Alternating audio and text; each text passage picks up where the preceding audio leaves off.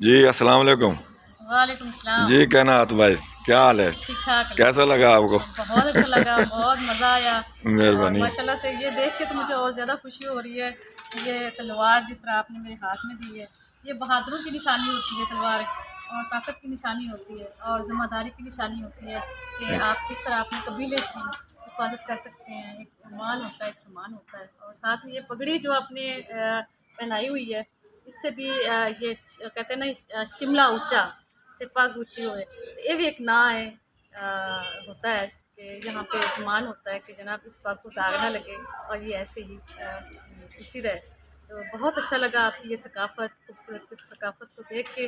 और आपने मुझे इस सकाफ़त में जो है वो रंग दिया है, तो बड़ा अच्छा लग रहा है। क्योंकि पीला कलर और सब्ज़ कलर में जो है, आजकल बहार चल रही है, सरसों पे फूल आए हुए हैं बहार के, तो बिल्कुल। ये उसकी अक्कासी कर रही है। तो मुझे थैंक यू बहुत खुशी हो थैंक यू। रही है। Thank you so much.